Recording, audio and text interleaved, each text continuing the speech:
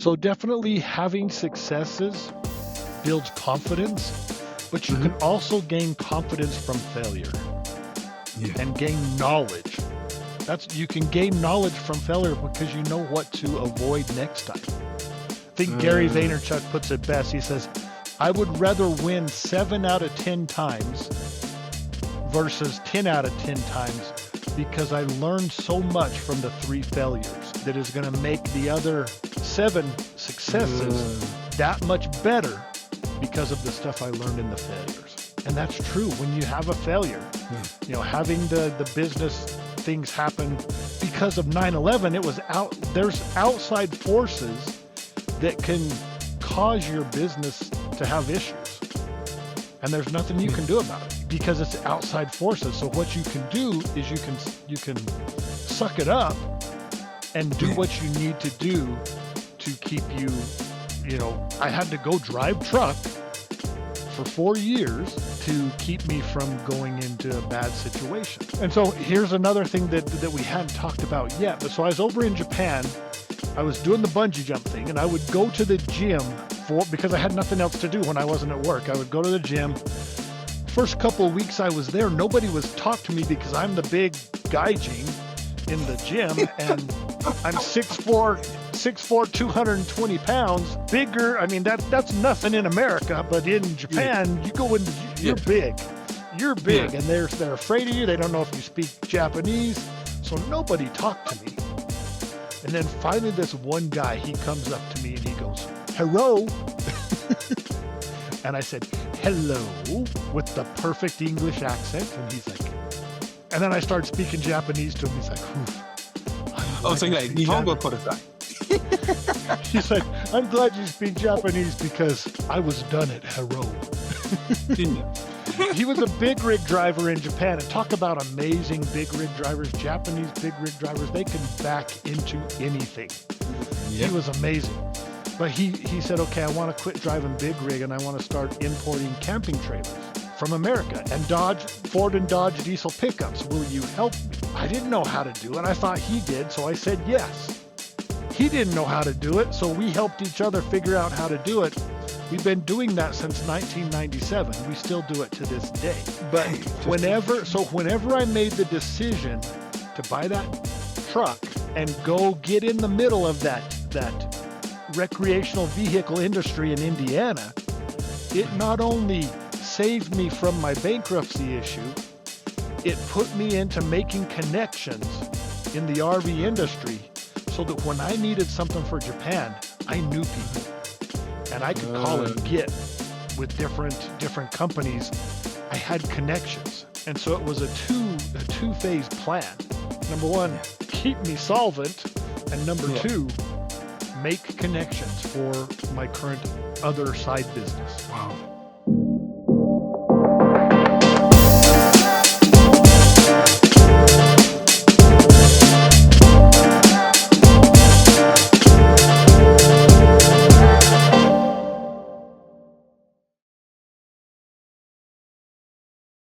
Today on Unfiltered Conversations, I'm thrilled to have Bart here, the side hustle samurai.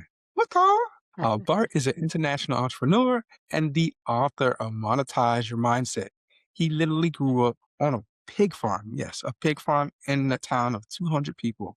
Created his first DJ business at the age of 15 and later helped launch Japan's first commercial bungee jumping. He even tested it himself, which is kind of crazy. Um, you know, with decades of self-employment, he now teaches ordinary people how to turn any skill, and I mean any, or experience into income. Bart, welcome to the show. Thank you. Thanks for having me today. Mm. Do you speak Japanese? I do. So Skoshi, or Dabu? Daibu. I lived in Okinawa for 7 years, so I spoke enough to be conversationalist, and then it's been 10 years since I actually spoken with someone, so I've lost so much. So Yeah, yeah, so so I spent 2 years over there in Hokkaido. And then mm, after that, when I took the bungee jump to Japan, I spent 6 years living probably half my time over there, just going back and Wow. forth and back and forth. And see, that's amazing. I love that. I love that. If you guys have never been to Japan, Japan is a wonderful country, very welcoming. Of course, if you try to learn the language and show your part as well, they're very hospitable. So, Bart, I am so fascinated, to learn. One, how did you start a mobile DJ company at the age of 15 in your hometown in New Mexico? Tell us about that experience. So I got my first stereo at age 11. I love music. I love listening to music. Mhm. And so I bought this stereo, cost me $285. It was an all-in-one Sanyo system where back in the day where you had a cassette deck on this side, tuner in the middle, an 8-track over on this side, and then a turntable on the top. Oh, so you And was doing it. little did I know, I just bought me a liability because every time I went to town, I had to buy the new tunes. And back then, you had to buy the crap with the two songs you wanted. Yeah. And so it was quite expensive for an 11-year-old kid. When I turned Yeah. 15 and got my driver's license, I decided to turn that into a mobile disco business. And in Yo. my small town in southern New Mexico, nobody was hiring 15-year-old DJs. So I rented the community center, hired an off-duty cop for security. Mom and dad took money at the door. I spun records. Everybody had a great time dancing after the football game or the basketball games. And so my town wasn't 200 people. My high school, 7th grade through 12th grade was 200 people. But that's still Oh, a okay, small okay. town. And Yeah. that was a radius of about 90 miles. We would have people travel 90 miles to get to school every day. Wow. And so it was That's a the small town. yeah.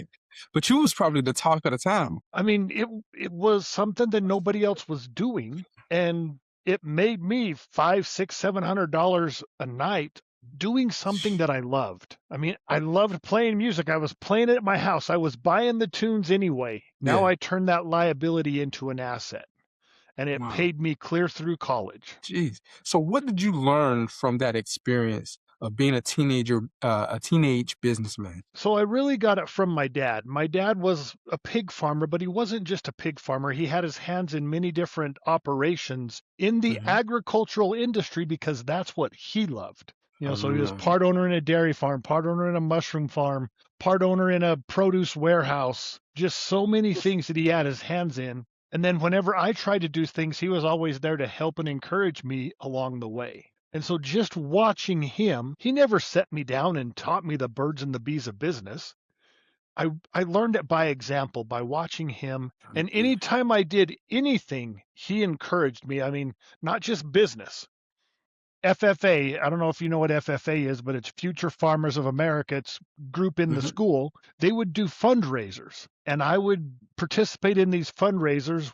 One was selling boxes of oranges, and I had a goal to, if you sold $500 worth, you would get a pair of Justin Ropers, which was the cowboy boot of that time. It was the Mhm. popular one everybody wanted, and my goal was to get a pair of Ropers. Well, Okay. okay, we're in a small town. You have 10, 20 kids all trying to sell to the same people. And so my dad says, if you want those boots, you need to get on the phone right now and start making sales. We'll go Mm. around later and collect the money, but you need to get on the phone and work the phone. And he just encouraged me so that I would be successful. And I not only got one pair of Justin Ropers. I sold $1,100 worth, got two pairs of Justin Ropers, one for my girlfriend. By the Hey. time the boots came in, she was no longer my girlfriend, but I still Oh. gave them to her. She didn't want them. She gave them to her sister in law. So I gave boots to a married woman. I worked hard to get boots, and they ended up going to a married woman. Yeah. That's crazy. But that's what You my know, dad instilled in me. You have a goal. You're yeah. still you're still on the giving my boots away. Yeah. Sorry. No worries. But it that is the stuff that my dad taught me as a kid. If you have a goal, Mhm. you need to do what it takes to get there. And whether it's business or sales or whatever you're doing, you need to make your plan and then act on it and get there. And Yeah. that's what I And learned as a young kid. that's one man, that's pretty amazing. It's like, it's that old adage that I was always told, like, turn your lemons to lemonade. You know, can you share a time like when you handled, I guess, or you had another situation where it was a liability and you turned it to an asset for yourself? Well, just in 2024, Mm-hmm. March 25th, 2024, which was actually my dad's birthday, Mm-hmm. I had to have my lower left leg amputated. And so and I found out this was going to happen in about October of 2023. And when I found Mm-hmm. out this was going to happen, I said, okay, I don't like this, but it's going to happen. There's nothing I can do about it. But if it's going to happen, how can I monetize it? 6 months post-op, I contracted with my prosthetist, the guy that makes my leg, and I said, Scott, I interviewed 3 other prosthetists before I decided on you. One of them had a guy that I could talk to and ask questions. Because you can imagine the questions that I had. How bad is this going to Mm-hmm. hurt? How long till I get back on my feet? Or I guess I should say get back on my foot because one's gone. And I said, Scott, you don't have a guy. I'm your guy. Mm-hmm. And he says, well, what do you want? And that started the negotiation. I said, Scott, I don't want a real job. I want to be on retainer. Whenever you have someone that needs to talk to someone about what's going to happen, send them to me and I'll take care of them. And so he sends me numbers. I make the calls. I go do what I have to do to help them figure out what they need. And we've been doing that for what, year and a half now? So let's go back to the when life hands you lemons, make lemonade. I take it Yeah. one step further. If you're making lemonade, you might as well build a lemonade stand and sell the stuff. Because Not wrong. yeah, you can take a bad situation and maybe have a positive attitude. But no, Yeah. let's take that and make money with it. I see how you did that there. I see And how you so did that. my life has been a series of whatever crosses my path, good, bad, or ugly. I always ask the Mhm. question, how can I monetize it? I Mm. don't monetize everything, but I always ask the question. In my I guess research of basically you, uh, there's a little birdie that told me you had a dream of joining the FBI, right? That was my dream job. Yeah. You know that I watched this movie back when I was 16 years old. It Mhm. was called Manhunter, and it was the prequel or the I believe Silence of the Lambs or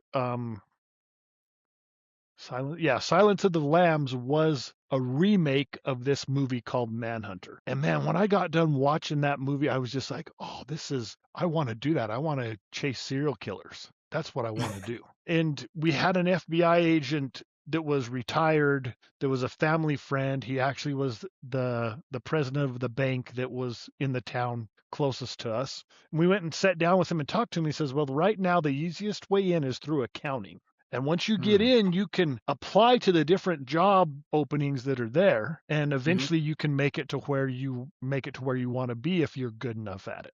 And so I was like, okay, I'm going to study accounting. My dad was on board with it. He's like, yeah, that's a good one. Well, I found out very quickly in my accounting studies that one, I wasn't very good at it, and two, I Mm. didn't like it. But I was going to Mm. finish it because it was a means to an end. That was where Yeah, yeah, how I was going to get in. yeah. And about 6 months before I finished up school, I had 1 quarter left. I took off and I went home to work on the farm to work with my dad and improve my Spanish because FBI likes Spanish speakers. And so I wanted to get better at it. And while I was down there, a lot of friends that were customs, border patrol, cops were getting this RK surgery done on their eyes. And it's to Mm. correct your vision. It's before LASIK, and it was considered experimental. It just barely came out. And I was like, I mean, I'm in Podunk, New Mexico, making money with nowhere to spend it. And I wanted to spend some money. It was $1,500 an eye. I said, I can do it. Let's go do it. I went and got it done. I was 20/20 in one eye, 20/25 in the other eye. Perfect. I mean, it was just amazing. Mhm. But I went back up to school and I started to start the FBI application process. And I found out that surgery automatically disqualified me from the FBI because it was still considered experimental And they didn't want to put tens of thousands of dollars into an agent and then him go blind. And I didn't have to get glasses. I mean, that surgery was really good until I was about 52. And then I started to have to have glasses again. The, it blew up my my career, what I wanted to do. I am about to graduate in something that I don't like and I'm not very good at. I was devastated. I I was bet. devastated. Gee. What am I going to do? But I finished, I graduated. I'm doing my part-time job landscaping at this college town that I'm in for $5 an hour. Mhm. And a buddy of mine who worked for a bungee jump company who knew I spoke Japanese, he said, "Oh, we just sold a bungee tower to Japan. Do you want to go back to Japan?" And he was kind of joking, but he didn't know that I was kind of an adrenaline junkie. I'd never bungee jumped, but I was an adrenaline junkie. And so I Yeah. said, yes, I would. And they were kind of looking for someone who was more bungee jump, had more bungee jump knowledge and spoke Japanese, Mm-hmm. but they had to settle for someone who spoke Japanese. But I learned the bungee jump thing really quick. Okay. And I contracted with the Japanese company and they loved me because I would do anything that they asked. I wasn't afraid of work and I wasn't afraid of heights. And so a lot of them were afraid of heights. And so I would go out on the edge and do the things that need to be done. And anyway, they loved me. And so they continued to contract me for different things. We took it's called the Sky Coaster. It's a big swing Mm-hmm. thing in all the amusement park rides. And we took the first one of those to Japan. And then they called me. This was in 97, I believe, somewhere around that time, around Christmas time. And they said, we just saw this amazing thing on TV. It's a Mm-hmm. complete unattached free fall into a net from about 150 feet in the air. It's in Germany. We want you to go try it. Free fall into a net? That's gotta hurt. Yeah, I know. That's why we want you to go try it. Anyway, I called Germany. Germany says, well, it's just for stunt people right now. We'll call you when it's ready for the public. I didn't think I'd get a call back. 2 months later, I got a call back. They said, we're ready. I called Japan. Japan bought my ticket and I was on a plane to Germany to try this thing. Yeah.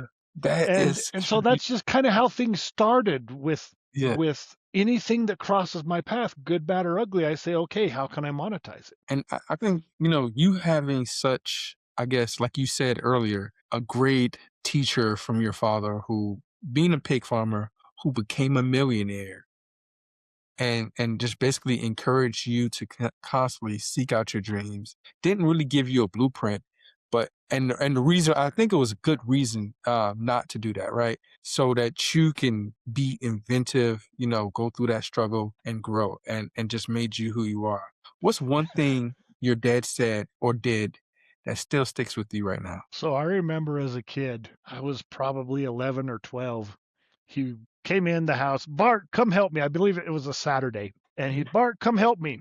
And he drives me out to this very, very old 18-wheeler. I mean, we're talking old, like 650s, 60s era 18-wheeler, had been sitting forever. And he took me out there, left me with a lug wrench, and he wanted me to get the tires off of this trailer, and then he left. I was so mad. He said, he said, come help me. He drops me off and he leaves for me to figure this out.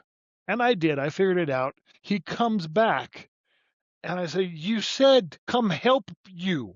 Yeah, You were not here for me to help. You yeah, left me here by myself. What are you talking about?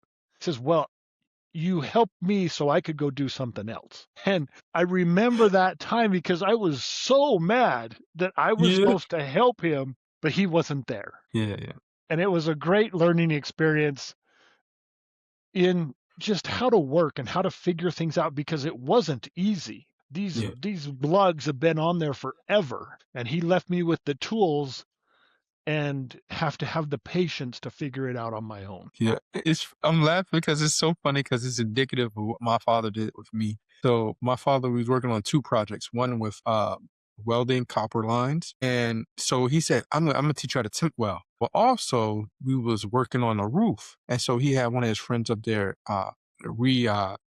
tarring the roof, tearing off the shingles off the roof and then retarring everything, right? So he went up there to help him and he didn't show me how to tack weld, but he told me, hey, I want you to get this done. And so I had to figure out how to tack well. He just left me like the whole day. And then he was like, "You getting that done?" I'm like, "Yes." And I finally got it done. Man, it was crappy. Don't get me wrong. Like, man, my tack, it was, when I say terrible, it was terrible. But, like you said, it taught me something that Yeah. I think that's probably missing now in this generation, where we don't allow people to go through little tough things, right? You know what I'm saying? That will kind of shape and mold them. So I think that's pretty cool. That's pretty cool. And And since you said so that, you said we don't allow kids to go through tough things. We don't allow people to go through tough things. I think it's so important. I had people ask me several times, "How did you get through your amputation with such a great attitude?" Because I had a great attitude. I expected the best, and the best pretty much has happened. But they would ask me that, and I would think about it, and I'm just like, I don't know. But then after I think about it a little bit more, okay, my name's Bart. Can you imagine what names I was called as a young kid? Bart the Fart. And yeah. as it got into high school, it got worse. And until I started the DJ thing, and then I became the music man, so I was a little bit cooler.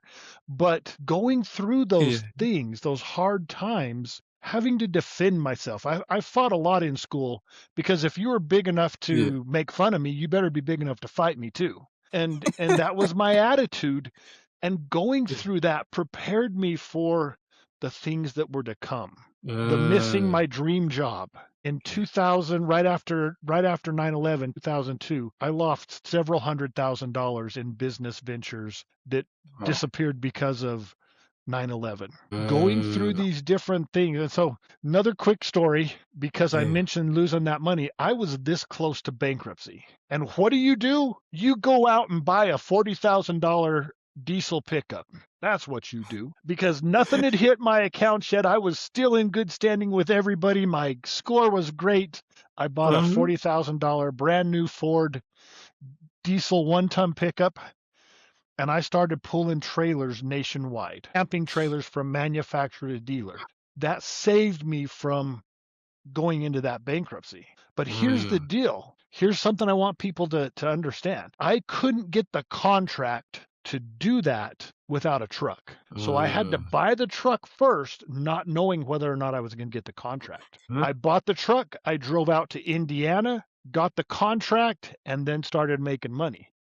I didn't um, I had to take the jump, and maybe we'll talk about that later, but I had to take the so, jump and take uh, the chance in order to keep me out of bankruptcy. Because if I didn't get that contract, I wasn't paying for that truck. so question, like, so when you started hauling stuff all over the country, you said you didn't have the money. You was on the verge of bankruptcy. So how did you sleep? Where did you sleep at? In the truck. So doing the hauling, so I did have a house. I had a house in Mhm. Utah, but I would go Yeah. out to the East Coast to Indiana, and I Uh-huh. would sleep probably one every third night. I would sleep in a cheap motel. Okay. but but everything else, I was camping in my truck. My back seat was lifted up. I had a mattress, makeshift memory foam mattress in that back, and I would sleep there as much as I could to save money. And I Mm, did that for about 3.5 years. Actually, it was probably wow. 4. It was 4 years, because I put 300 plus thousand miles on that truck in 3 years. I sold it to Japan and got the money that I had remainder on the loan. I bought me a Mhm. new truck and did another almost $90,000 on the new truck before I Mm, sent that truck to Japan and made a profit off of that truck. And so, but the point is, you have to take that risk when you're in business, yeah. when you're doing things, and you may not know what's going to happen, and you may Yeah. not like it. I shouldn't say hated. I didn't like being away from my wife and my dogs, Yeah. because I was gone 20 days out of the month at least on the road to save me Wow. from bankruptcy. And it did. I'm Yeah. proud that I pulled myself up and Yeah. got it done. And see, and that was going to lead to the next question I have for you is like doing that solo work. How do you view hard work, and how did it affect your confidence? So definitely having successes builds confidence, but you Hmm. can also gain confidence from failure.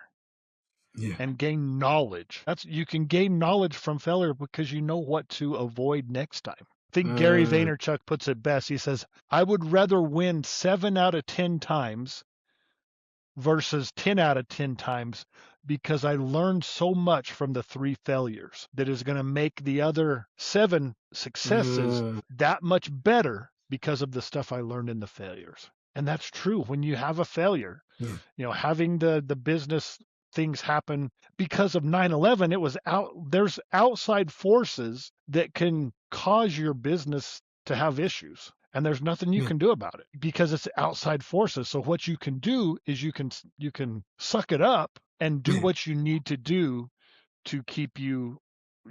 I had to go drive truck for 4 years to keep me from going into a bad situation. And so here's another thing that we hadn't talked about yet. But so I was over in Japan. I was doing the bungee jump thing, and I would go to the gym because I had nothing else to do when I wasn't at work. I would go to the gym. First couple of weeks I was there, nobody was talk to me because I'm the big gaijin in the gym, and I'm 6'4", 220 pounds, bigger. I mean that's nothing in America, but in Yeah. Japan, you go in Yeah. you're big. You're Yeah. big, and they're afraid of you. They don't know if you speak Japanese, so nobody talked to me. And then finally, this one guy, he comes up to me and he goes, hello. And I said, hello, with the perfect English accent. And he's like, and then I started speaking Japanese to him. And he's like, oof, I'm Oh, glad so you you're like, speak Nihongo Japanese. Kodasai. He's like, I'm glad you speak Japanese because I was done at hello. Yeah.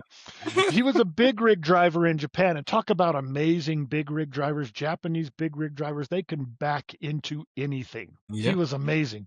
But he said, okay, I want to quit driving big rig and I want to start importing camping trailers from America and Ford and Dodge diesel pickups. Will you help me? I didn't know how to do it. I thought he did, so I said yes. He didn't know how to do it, so we helped each other figure out how to do it.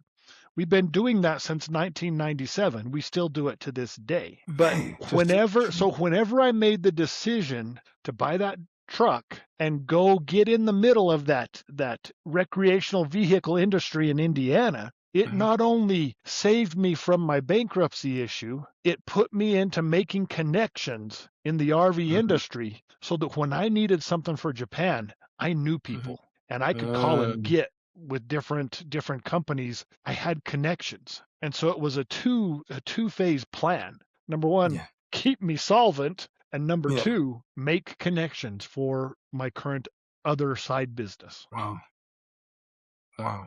Earlier you talked about jumping, what I'm saying, taking a leap of faith and jumping.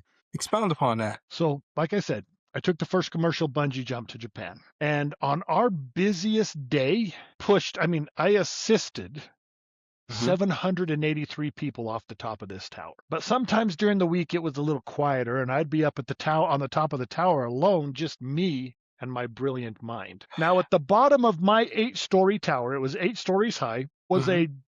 was a stunt person airbag. One that has the fans constantly blowing it and you hit it and it kind of goes poof. Yeah. And in theory, one could jump from the top of the tower without a bungee cord, hit the airbag, and be okay. Yeah. And my brilliant mind was asking me, you think you can do that? And I walked to the edge and I looked down and my mind says, nah, I ain't that crazy. But my brilliant mind continued to talk to me and he said, okay, you could jump with a cord connected, Uh-huh. wait for the bouncing to stop, then you just unhook yourself, and Self that way you'll fall from 6 stories instead of 8. That's doable. I'm like, okay, that's doable. I can do that.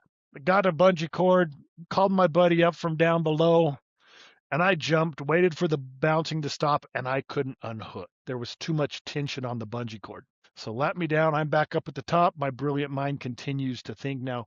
Now, just if you're not watching, but for the people who are watching, this is crazy. That's your finger spinning backward. This Yep. is brilliant when your finger is spinning forward. So my brilliant mind was saying, okay, when you connect the bungee cord to the person, you have a 1-inch nylon strap with a carabiner on one end, and it you can wrap it around, hook it on yourself because it's about a foot long, an inch wide. Hook it on itself, and you have a loop. You get these 2 loops, put them at the end of the bungee cord. What do you have? Handles. I could jump just hanging onto the bungee cord with my hands, wait for the bouncing to stop, and then all I have to do is let go. Brilliant, right? Mm-hmm. Wrong. So I had my handles in my hand. I walked to the edge. I looked down and I jumped. Now obviously everything's okay because I'm here.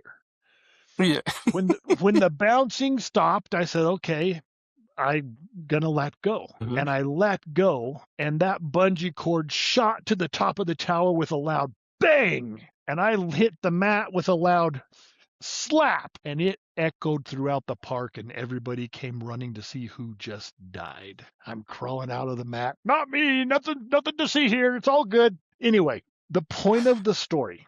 Let's get to the point. It's all fun, but the point. Yeah. Is it brilliant or crazy? To be an I love that. entrepreneur, to be a solopreneur, you have to be a little bit of both. You Yeah. got to be willing to step out there, to take that first jump, to endure the risk, Yeah. even if you don't know the outcome. Now, I am not talking about stupid risk, because some of you out there are Yeah. going to be saying, oh, that's stupid, dude. What if you couldn't hold on? That's a good question. What if I couldn't hold on? I would have died or been in a wheelchair or got my leg cut. Oh, wait, I did get my leg cut off, but that was for a different reason. Okay. You have to be willing to take those risks, Mm. but not stupid risk. I had jumped maybe 1,000 times. I knew Yeah. the pressure that I was going to feel, and I was probably 99% sure that I could hang on. Mm-hmm. Because I knew the pressure. So it was an educated guess that I could hang on and then just let go. And that's what happened. So when you're doing business, you have to do the due diligence. You have to decide, is this a risk you want to take? A lot of people, we say, oh, I wish I was Bezos, or I wish I was Musk, or I wish I was Mark Cuban, whatever billionaire you want to pick. And I say, really? Are you willing to do what it takes to get what they got? Yep. Mark Cuban slept on people's couches for years as he was trying to make his business happen. Elon Musk still lives in his office, doesn't see his wife and kids as much as some of us would probably like. Is that the lifestyle you want? So when you're doing something, you have to do your research. You have to find out, okay, I'm going to have to give up this to get this, which you may not know what this is completely yet. Am I willing to do that? And if you are willing to do it, then jump. You have to take that first step. So I don't know if do you know Coco Ichiban curry? Oh, my favorite. Oh, right. Man, yes. that's the first place I go when I land. It is the last place I go when I leave. It is, So I do you get love Coco level 10? Ichiban. What's Do you that? get level 10? Level 10? Oh, Level no, 10. no, no. You don't get level 10? No. I'm a 1 or a 2. Okay. But I get cots on there with cheese. Oh man. Oh. Very good. Mm. And so when I love this place. And if you go to Okinawa or the other bases, you go to the Coco Ichibans by those bases on a Friday, Saturday night, you think you're in America. Yep. Because that's where everybody's at. Mm-hmm. I was like, okay, this is going to go well. I need to take this to America.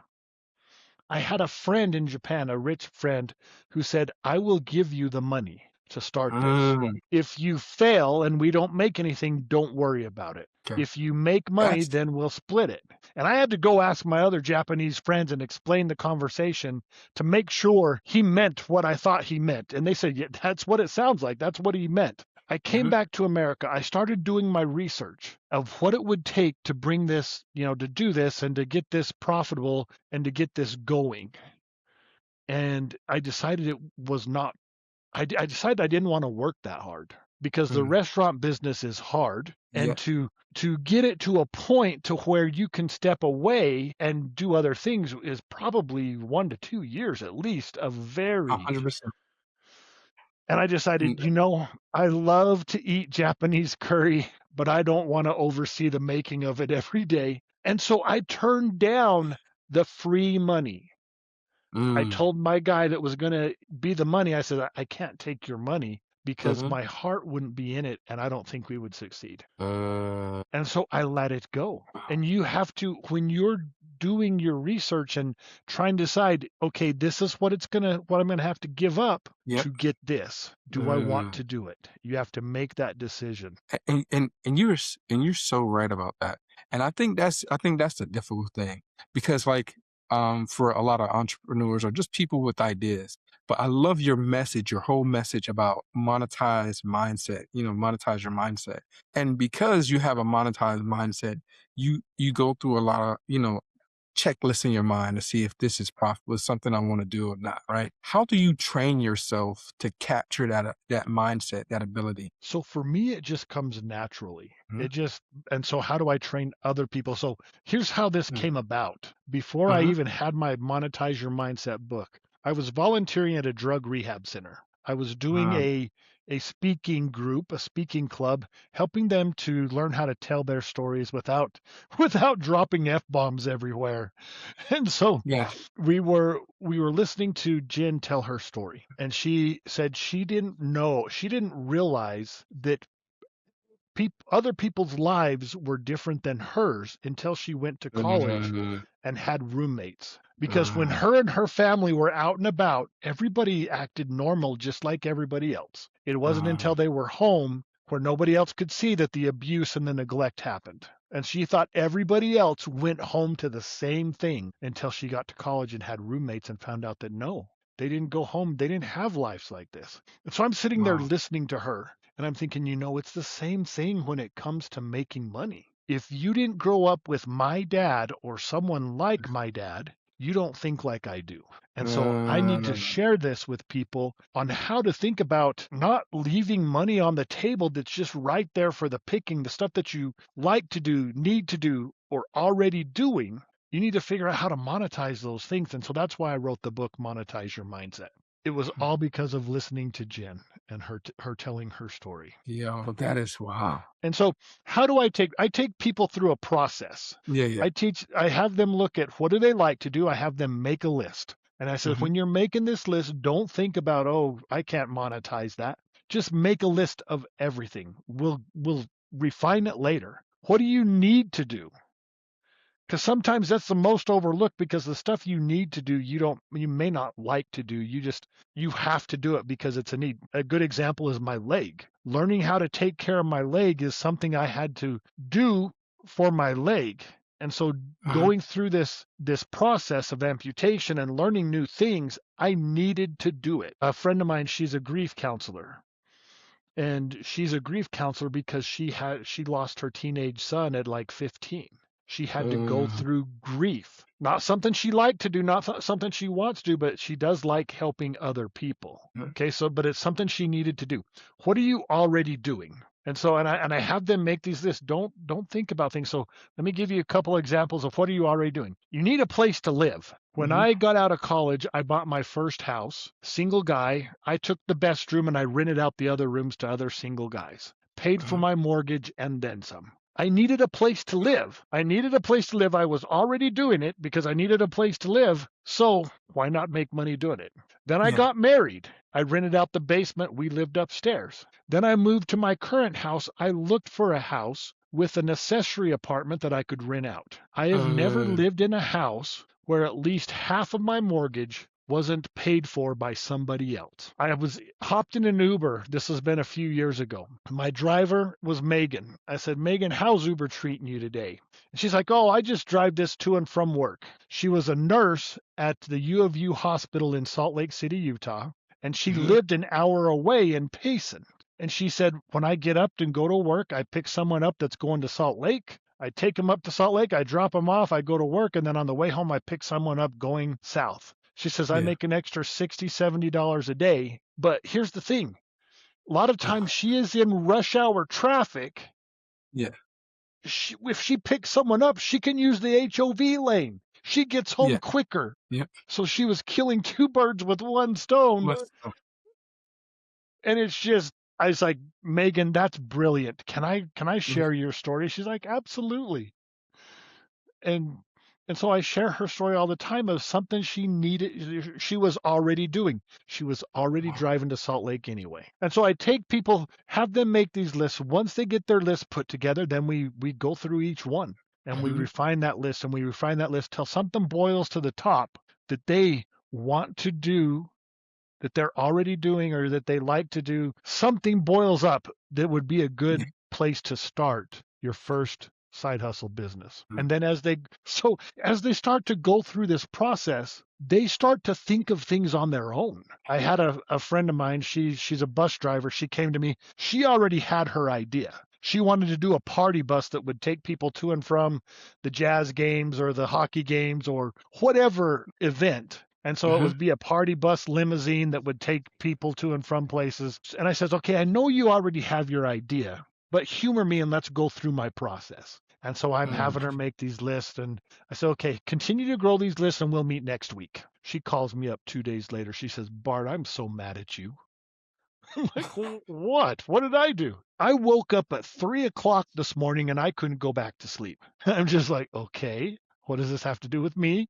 And she says, I figured out that if I have my own bus, my own vehicle, all I have to do is go take a test and then I would be qualified to give the driving test to other people who are wanting to get their CDL. And Mm. she wouldn't even have to advertise because you go take the written test for a CDL and they hand you a list of all the people who are qualified to give the driving exam. And so she couldn't go back to sleep because she was thinking about all the things she needed to get done when she got off the bus that day to find out what she was Mm. going to have to do to get this qualification.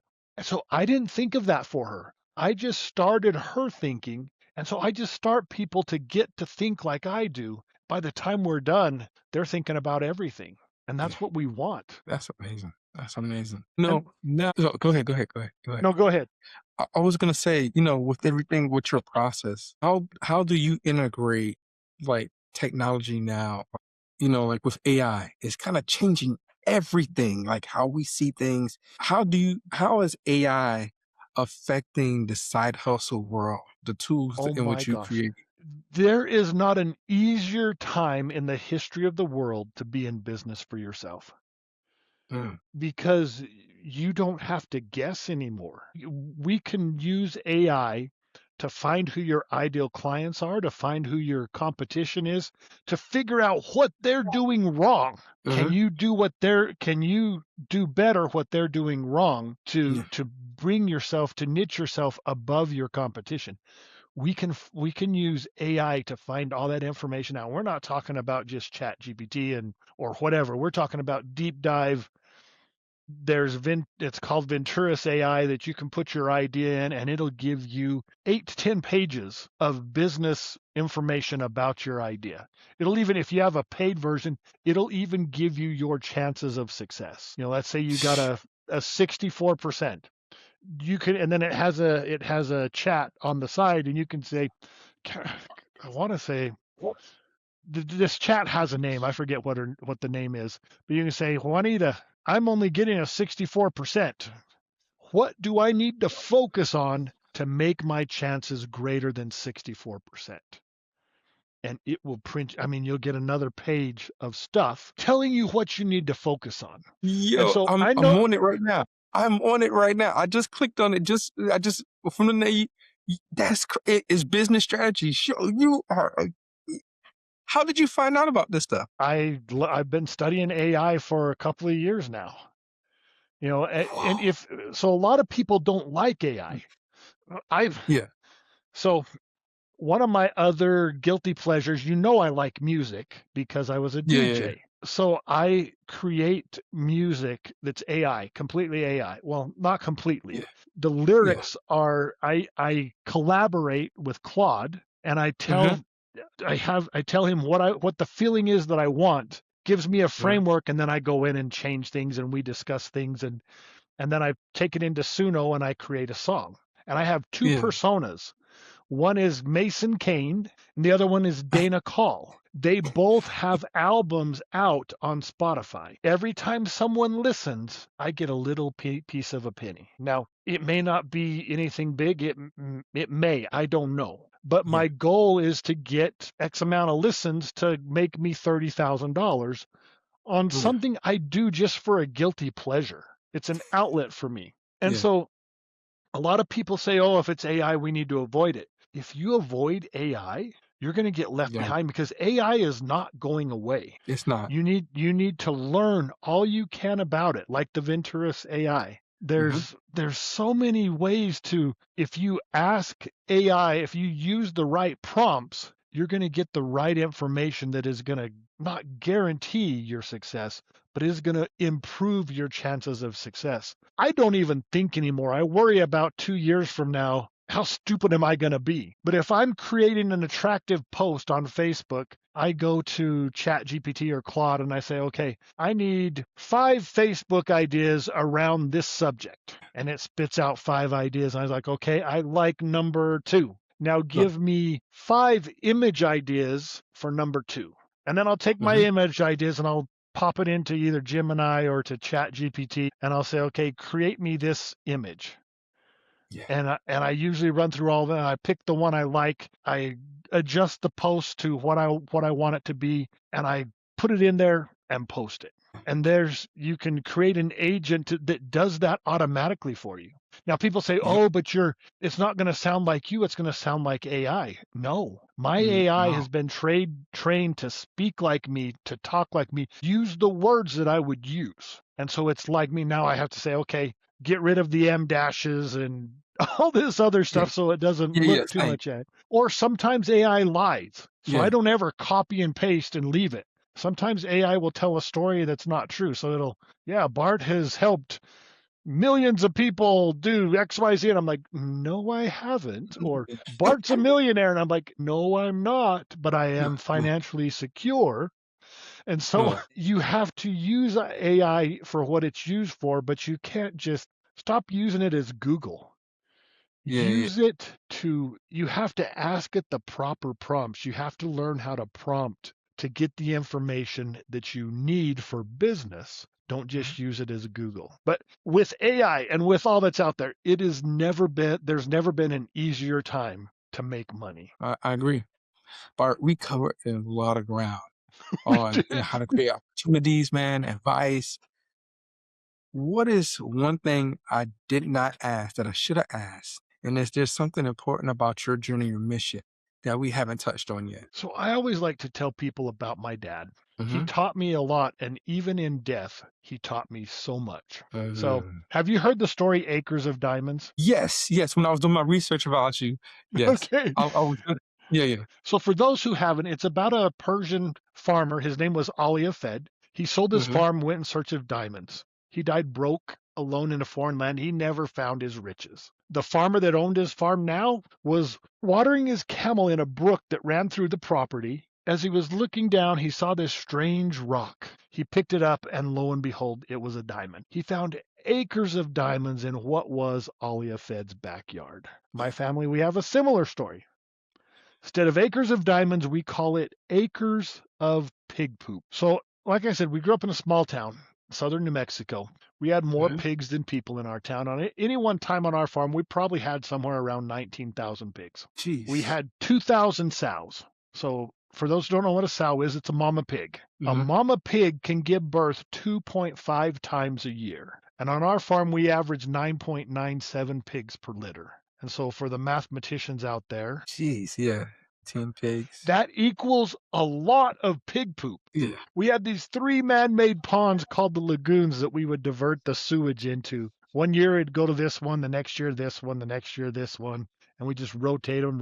They're settling ponds. Now, Dad, whenever he hit his mid-60s somewhere, decided it was time to shut down the pig operation and go in search of his next big thing, his next acres of diamonds. He Hmm. died at age 81. He never found his next big thing. About 2 years after he passed, we sold the pig farm for $235,000, which was a fair price for the property, I guess, at the time. 6 months after that, the farmer, the new owner of our farm, was leveling those man-made ponds. They had been dry on top for years, but as the heavy grader was going across the pond in the middle, it broke through the crust and sunk up to its belly in this black muck. They called in experts to analyze the stuff and decided if it was safe or what they should do.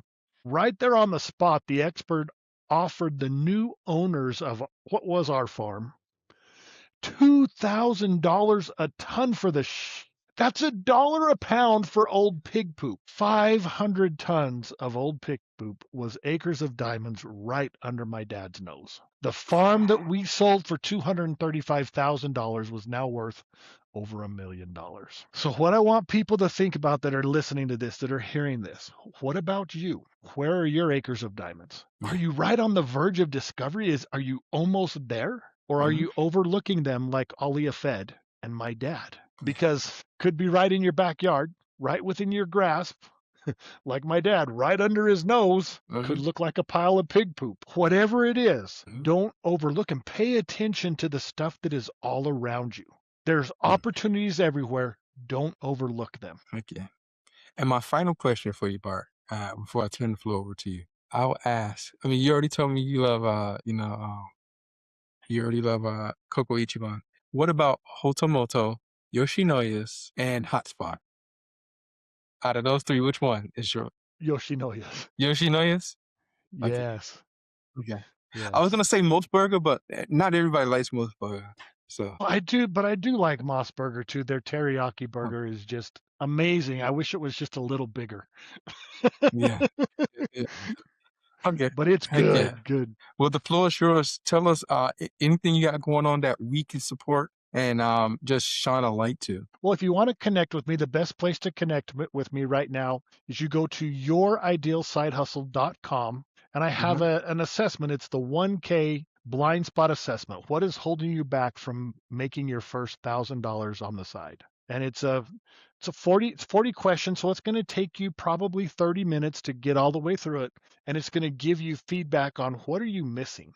But it's also going to give you feedback on the stuff that is good too. And so it's going to give you ideas on what you need to do to fix the blind spots so that you can be up there making that $1,000 a week, a month, whatever you need. And so that's the best ways to connect to me. I do have an Identify Your Ideal Side Hustle workshop.